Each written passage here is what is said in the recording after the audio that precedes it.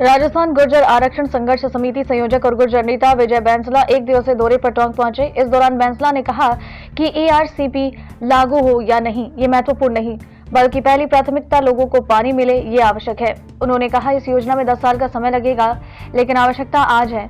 उन्होंने कहा एआईसीपी का मुद्दा 4 साल पूर्व उठाया गया था, क्योंकि 13 जिलों में पानी की बड़ी समस्या है। हालात ये है कि 12 बीघा जमीन का मालिक किसान आज जयपुर में बेलदारी करने को मजबूर है। उन्होंने कहा कि राजस्थान में बढ़ती हत्याओं और स्मैक की घटनाएं दुर्भाग्यपूर्ण हैं। उन्होंने कहा कि टोंक, करौली, सवाई माधोपुर सहित राज्य में नशावृत्ति बढ़ रही है। बैंसला ने कहा कि पूर्वी राजस्थान में ना तो कोई बड़ी इंडस्ट्रीज है, ना ही कोई शिक्षा के बड़े केंद्र। पूर्वी राजस्थान में पीने का पानी नहीं। डांग क्षेत्र में 23 करोड़ का बजट था, सिर्फ 2.5 करोड़ ही खर्चा हुआ। आखिर विकास में राजस्थान क्यों पिछड़ा, पैसा कहाँ गया? नवभारत समाचार टोंक राजस्थान से केशव राज सैन की रिपोर्ट। क्या मांग रहेगी बीजेपी से? कितने टिकटों पे आप लड़ेंगे? देखिए, हर राजस्थान जो है, राजस्थान जातियों की राजनीति है। अगर आप ये कहें कि नहीं है तो ये गलत कहना है। सच्चाई तो ये है।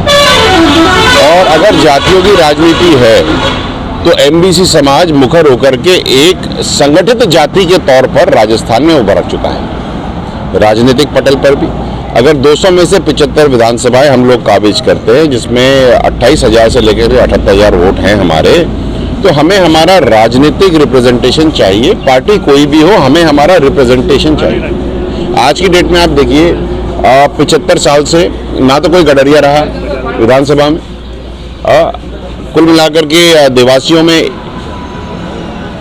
एक कांग्रेस से लड़ते हैं, एक बीजेपी से लड़ते हैं, बनते एक हैं, और उनकी 12 विधानसभाओं पे वो काबिज करते हैं। पश्चिमी राजस्थान में 12 विधानसभाओं पे काबिज करते हैं। आज टोंक का दौरा है, किस तरह का चुनावी आगाज किया है? टोंक में विधानसभा का क्या दौरा रहेगा? चुनावी आगाज नहीं है ये, समाज की जो परेशानियां हैं उनको समझने के लिए और उनके साथ जो दिक्कतें हो रही हैं उन पे अंकुश लगाने के लिए ये मेरा प्रवास है और एक कोशिश है।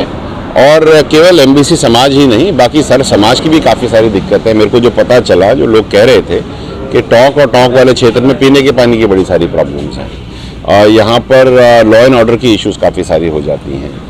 और ये केवल शहर की बात नहीं है, आसपास की बातें हो रही हैं। अब देखिए, वो महिला के पैर काट करके उसके वो ले गए कड़े, ये वहशीपन नहीं है तो और क्या है?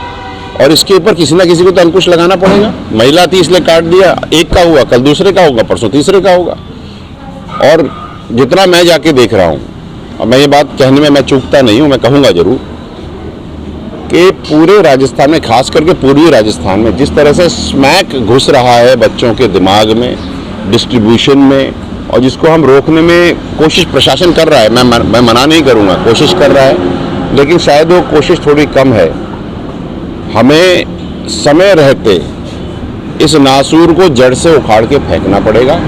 अगर ये हम नहीं करेंगे तो हमारी आने वाली नस्लें बर्बाद होती जाएंगी। जो नशा मुक्ति केंद्र हैं, मैं 4-5 लोगों से बात कर रहा था हफ्ते पहले, वो ये मुझे कह रहे थे कि सोचने से आपके पैरों तले जमीन नहीं खिसक रही। अगर 12 साल का बच्चा स्मैक लेने के लिए तैयार हो गया है और ले रहा है, तो हमारा भविष्य कहाँ जा रहा है? और आप सुनिएगा, 2 से 3% इसमें महिलाएं आने लग गई हैं। बच्चे हैं, बच्चों की नस्लें खराब हो रही हैं, महिलाएं हैं, महिलाएं स्मैक की आदी हो रही हैं। हम जा कहाँ रहे हैं? तो इसके ऊपर भी बहुत फोकस करना बहुत ज़रूरी है। सारे राजनेताओं को, सारे प्रशासन को, सारे लीगल सिस्टम को, सारे जजेस को, सब घर वालों को मेरी हाथ जोड़ के विनती है, कब जागोगे? 10 रुपए के फायदे के लिए आप पूरे की पूरी नस्लों को बर्बाद कर रहे हो। आगामी विधानसभा चुनाव में क्या विजय बैंसला बीजेपी में जाएंगे या कांग्रेस? जाएंगे क्या? मैं तो बीजेपी से ही हूँ। मैंने और कर्नल साहब ने कहाँ से लड़ेंगे? भाई साहब देखिए, ऐसा है कि राजस्थान में 40 विधानसभाएं ऐसी हैं, जनरल हैं, जो गुर्जर बाहुल हैं या एमबीसी बाहुल हैं। जहाँ से पार्टी टिकट देगी हम वहाँ से लड़ लेंगे। अगर बीजेपी टिकट नहीं देती है या कुछ और मामला रहता है? देखो, हमने कहा हम लड़ेंगे जरूर साहब। और सर, कहने का मतलब क्या है, राजस्थान में पेपर लीक का एक मामला चल रहा है। करोड़ी लाल मीणा ने कई तरह के आंदोलन करे हैं। कल एक सरगना है जो पेपर लीक का मास्टरमाइंड था, वो पकड़ा हुआ है बेंगलोर से। तो इस पर आप किस तरह की पुलिस की सफलता बताएंगे, सरकार की सफलता? देखिए, सोशल मीडिया का ज़माना है, डिजिटल ज़माना है। क्वेश्चन पेपर्स डिजिटल मीडियम से बनते हैं। वो दिन चले गए जब क्वेश्चन पेपर कबर्ड में रखा जाता था। डिजिटल मीडियम से आप ऑफसेट प्रिंटिंग होती है, डिजिटल मीडियम से काम होता है, डिजिटल मीडियम से ऑनलाइन सिस्टम्स होते हैं। सरकार को अपने कार्य प्रणाली को बदलना पड़ेगा। सिस्टम बदल रहे हैं, आपकी पुलिसिंग भी उसी हिसाब से बदलनी चाहिए। ये जो कहानियां हैं कि कबर्ड में रखा हुआ था, निकल कैसे गया? क्वेश्चन पेपर तो डिजिटल मीडियम से आते हैं, ऑफसेट प्रिंटिंग भी डिजिटली होती है, फाइल बनती है, एफपीएस फाइल। पहली चीज। दूसरी चीज,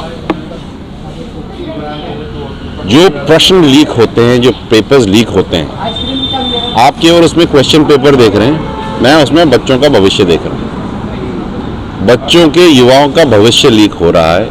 इस पे अंकुश लगाना बहुत ज़रूरी है, बहुत ज़रूरी है। मैं किरोड़ी लाल जी का पूर्णतः समर्थन करता हूँ, जिस तरह से वो युवाओं के भविष्य के लिए पेपर लीक